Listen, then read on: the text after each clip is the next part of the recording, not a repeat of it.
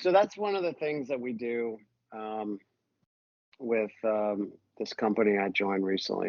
It's called Seven Shot Tennis, and it's a very simple combination of combining tactical situations and target areas with statistics.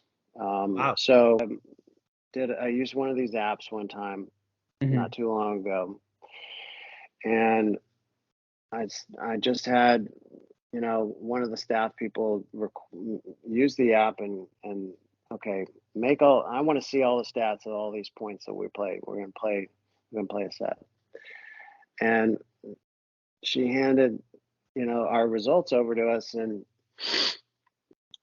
okay, Dan, you made 8 forehand errors. Okay, well, what kind of forehands were they? Doesn't say. Where did I hit them? Doesn't say. Where did I hit it? Where did I hit it from? Doesn't say. Yeah. Okay, then that's not helpful, and I'm gonna throw this piece of paper in the garbage because it's useless. Yeah. This is actually one of my biggest pet peeves, and I hate to cut you off. There was just a post in CTC like maybe a week ago, and it gave like the stats of 2 boys or girls. I don't think they even said, and it was just like person A hit 20 unforced errors, person B hit 15, and there were the serve winners and serve percentage and all this, and it's like they were like, who's going to guess the score? Like, who can guess the score off of these numbers? And it's like, okay, but It's like, what else are you using these numbers for? Like, that's not helping you with anything. Like, you could have like if somebody, a professional with those has, numbers in juniors. Yeah, somebody has 90% first serves, like that's great, but how many free points did they get? right. Yeah, exactly. Like what happened off those numbers? Like, I don't care what your percentage is if you're hitting 100% with a pancake serve versus maybe 60% where you're actually winning every other point on it. That's a big difference. Yeah, exactly. And so plus the vast majority of these statistical models that exist out there, they do not include forced errors. So that's a third of the match that's not there. That's a third 100%. of the match that's missing. It's just not on the statistical model. They don't even, it's like the point vanishes, it disappears. So we're just not counting 30 to 35% of the match. Wow. Well, thanks a lot. Now I really want to crumple this piece of paper up and throw it in the garbage because I don't want 2/3 of a match. I want the whole thing. Right. And so that's one of the differences that we have as well with 7-shot tennis. We have this system where it's like if you hit a winner, like if you hit a good shot, they get to it, but they don't get it back. Or if you hit a winner, like, do you really care if they get a racket on it? I don't, because it was a good shot that won me the point. So then we count those the same. We just call them a plus. And if you blow it or miss an error, that's a minus. And so then we just have this system where you mark where the shot was hit from. Okay. And was it hit from a defensive position? Was it hit from way back deep? Was it hit from the neutral position? And then we have these offensive positions. But as you know, first taking over the point is not the same as being at the net. So we have made offensive positions into 3 different categories. So then it's like you pick your category on what tactical position the person was in, and then where'd you hit the shot to, and that's where the part with zoning out the court and the numbers come into play. And then that's it.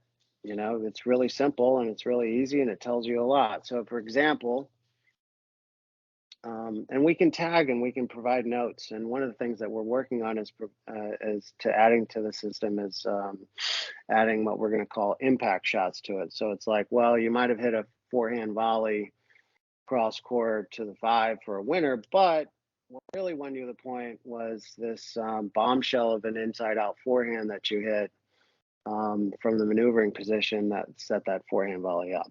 You know what I mean? Right. So like that's good to know, because it's like, well, that was the shot that helped more than anything. So when you're able to log these kinds of things, that can be really meaningful, because then you know what to tell the player. Hey, the more inside out forehands you hit, the better, especially when you're inside the baseline. Yeah, and And we have to that can post come. that graphic that Daniel sent me, because it like they did add like a couple of offensive and defensive zones that like most of the older zones from all the old tennis graphics, they're kind of, I hate to use this word, but they're kind of basic. Like they're very like, this is definitely offense, this is definitely defense. Like these kind of start splitting them up to where it's like, okay, you can start your offense here, you can start your your attacking game, your maneuvering game, like you said, and they do a really good job with it. I was really happy with the graphics that you sent me, Dan. Well, thanks. I appreciate that. And one of the examples that I keep coming back to, on how it helped, is there's a kid that 15-year-old kid I've been working with. He's 16 now, and last year we charted one of his practice sets, and with the 7-shot tennis system, and he wins the set 6-4, and he comes off and he beat a pretty good player, and he comes off of it a little bit frustrated. He's like, I'm just struggling with my forehand. My forehand sucks, coach. I don't know what to do, and I don't know how I found a way to win that set. I think I was just kind of lucky. And I looked at him with the numbers in hand, and I said, actually, your forehand won you that set, and let me show you why. And it was all of these offensive forehands that you hit, and the attacking and maneuvering area, and look at all these neutral forehands that won you the point that you hit cross court to the 4 and 5. I mean, you're hurting the guy constantly with your forehand. This is what really, more than anything other than your serve, won you the set. However, you got 7 minuses on that side, so I know where you're coming from, and I know why you're thinking that way. But 6 of them were neutral forehands down the line. 6 of the 7 forehands that you missed were neutral forehands down the line. So tactical errors, not actual forehand He was errors. going for too much when he went for down the line forehands in neutral positions, and that was the only. So like a kid that comes off the court saying my forehand sucks, I hate how it feels, blah blah blah. I could tell him honestly and show him in black and white, actually your forehand just won you the set. Right. And that helped him, because it got rid of the potential confidence loss. Right. And it helped him double, because we knew exactly what to work on the next day.